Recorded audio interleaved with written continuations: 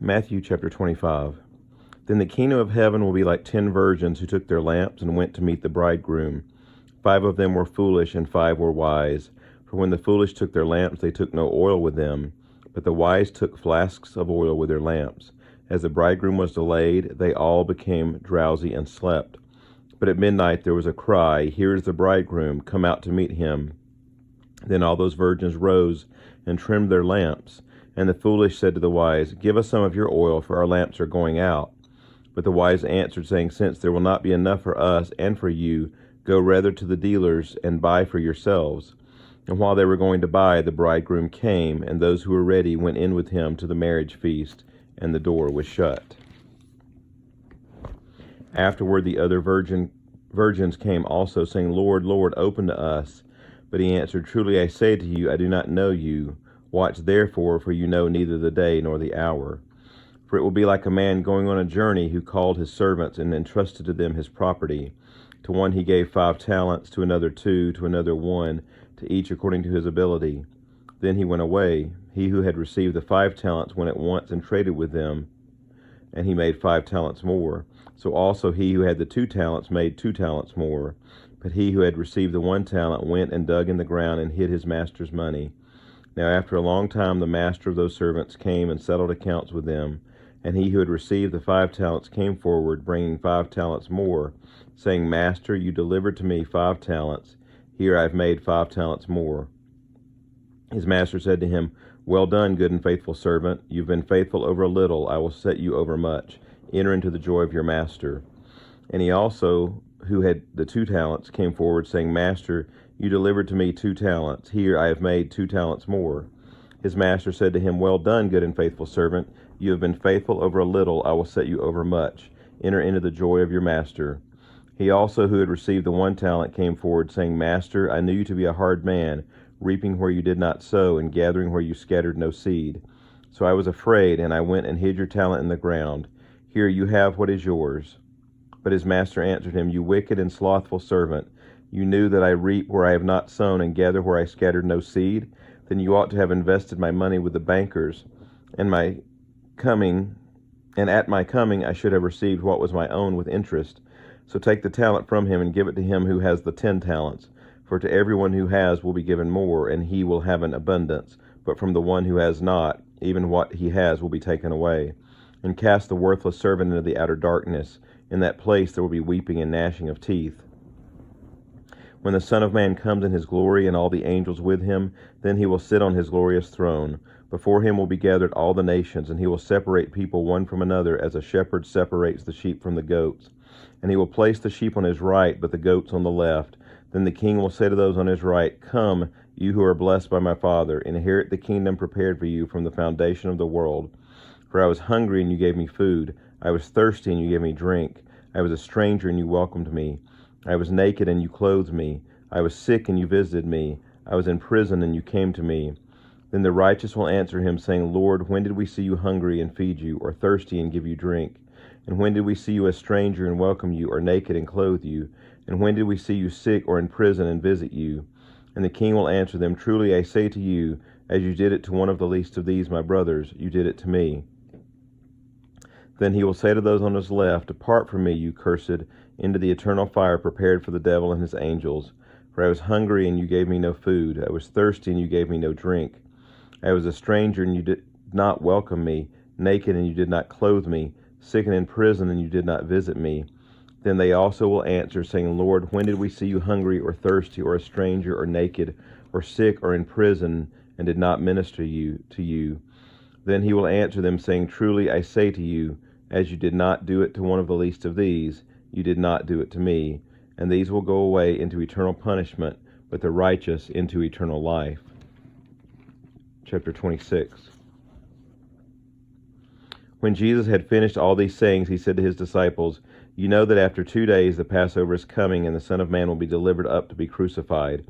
Then the chief priests and the elders of the people gathered in the palace of the high priest, whose name was Caiaphas, and plotted together in order to arrest Jesus by stealth and kill him. But they said, "Not during the feast, lest there be an uproar among the people."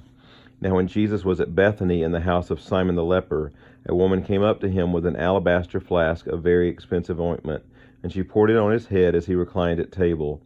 And when the disciples saw it, they were indignant, saying, "Why this waste? For this could have been sold for a large sum and given to the poor." But Jesus, aware of this, said to them, "Why do you trouble the woman? For she has done a beautiful thing to me. For you always have the poor with you, but you will not always have me.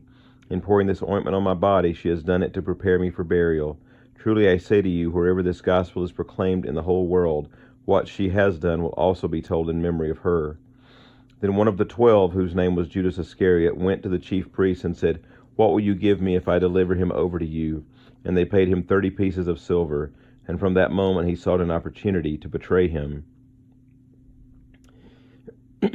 Now on the first day of unleavened bread, the disciples came to Jesus, saying, "Where will you have us prepare for you to eat the Passover?" He said, "Go into the city to a certain man and say to him, 'The teacher says, my time is at hand. I will keep the Passover at your house with my disciples.'" And the disciples did as Jesus had directed them, and they prepared the Passover. When it was evening, he reclined at table with the 12. And as they were eating, he said, "Truly I say to you, one of you will betray me." And they were very sorrowful, and began to say to him one after another, "Is it I, Lord?" He answered, "He who has dipped his hand in the dish with me will betray me." Excuse me. "He who has dipped his hand in the dish with me will betray me. The Son of Man goes as it is written of him, but woe to that man by whom the Son of Man is betrayed. It would have been better for that man if he had not been born." Judas, who would betray him, answered, "Is it I, Rabbi?" He said to him, "You have said so." Now as they were eating, Jesus took bread, and after blessing it, broke it and gave it to the disciples, and said, "Take, eat, this is my body." And he took a cup, and when he had given thanks, he gave it to them, saying, "Drink of it, all of you. For this is my blood of the covenant, which is poured out for many for the forgiveness of sins. I tell you, I will not drink again of this fruit of the vine until that day when I drink it new with you in my Father's kingdom." And when they had sung a hymn, they went out to the Mount of Olives. Then Jesus said to them, "You will all fall away because of me this night. For it is written, I will strike the shepherd, and the sheep of the flock will be scattered. But after I am raised up, I will go before you to Galilee." Peter answered him, "Though they all fall away because of you, I will never fall away." Jesus said to him, "Truly I tell you, this very night, before the rooster crows, you will deny me 3 times. Peter said to him, "Even if I must die with you, I will not deny you." And all the disciples said the same. Then Jesus went with them to a place called Gethsemane, and he said to his disciples, "Sit here while I go over there and pray." And taking with him Peter and the 2 sons of Zebedee, he began to be sorrowful and troubled. Then he said to them, "My soul is very sorrowful, even to death. Remain here and watch with me." And going a little farther, he fell on his face and prayed, saying, "My Father, if it be possible, let this cup pass from me. Nevertheless, not as I will, but as you will." And he came to the disciples and found them sleeping. And he said to Peter, "So, could you not watch with me 1 hour? Watch and pray that you may not enter into temptation. The spirit indeed is willing, but the flesh is weak." Again, for the 2nd time, he went away and prayed, "My Father, if this cannot pass unless I drink it, your will be done." And again he came and found them sleeping, for their eyes were heavy. So leaving them again, he went away and prayed for the 3rd time, saying the same words again. Then he came to the disciples and said to them, "Sleep and take your rest later on. See, the hour is at hand, and the Son of Man is betrayed into the hands of sinners. Rise, let us be going. See, my betrayer is at hand." While he was still speaking, Judas came, one of the 12, and with him a great crowd with swords and clubs, from the chief priests and the elders of the people. Now the betrayer had given them a sign, saying, "The one I will kiss is the man. Seize him." And he came up to Jesus at once and said, "Greetings, Rabbi." And he kissed him. Jesus said to him, "Friend, do what you came to do." Then they came up and laid hands on Jesus and seized him. And behold, one of those who were with Jesus stretched out his hand, and drew his sword, and struck the servant of the high priest, and cut off his ear. Then Jesus said to him, "Put your sword back into its place, for all who take the sword will perish by the sword. Do you think then I cannot appeal to my Father, and he will at once send me more than 12 legions of angels? But how then should the scripture be fulfilled, that it must be so?" At that hour Jesus said to the crowds, "Have you come out as against a robber with swords and clubs to capture me? Day after day I sat in the temple teaching, and you did not seize me. But all this has taken place that the scriptures of the prophets might be fulfilled." Then all the disciples left him and fled. Then those who had seized Jesus led him to Caiaphas the high priest, where the scribes and the elders had gathered. And Peter was following him at a distance as far as the courtyard of the high priest. And going inside, he sat with the guards to see the end. Now the chief priests and the whole council were seeking false testimony against Jesus, that they might put him to death, but they found none, though many false witnesses came forward. At last 2 came forward and said, "This man said, I am able to destroy the temple of God and to rebuild it in 3 days. And the high priest stood up and said, Have you no answer to make? What is it that this man testify against you? But Jesus remained silent. And the high priest said to him, I adjure you by the living God, tell us if you are the Christ, the Son of God. Jesus said to him, You have said so, but I tell you, from now on we'll see the Son of Man seated at the right hand of power and coming on the clouds of heaven. Then the high priest tore his robes and said, He has uttered blasphemy. What further witnesses do we need? You have now heard his blasphemy. What is your judgment? They answered, He deserves death.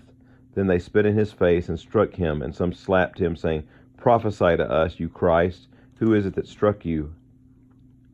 Now Peter was sitting outside in the courtyard, and a servant girl came up to him and said, You also were with Jesus the Galilean. But he denied it before them all, saying, I do not know what you mean. And when he went out to the entrance, another servant girl saw him, and she said to the bystanders, This man was with Jesus of Nazareth. And again he denied it with an oath, I do not know the man. After a little while the bystanders came up and said to Peter, Certainly you too are one of them, for your accent betrays you. Then he began to invoke a curse on himself and to swear, I do not know the man. And immediately the rooster crowed. And Peter remembered the saying of Jesus, Before the rooster crows, you will deny me 3 times. And he went out and wept bitterly. This concludes Matthew chapter 26.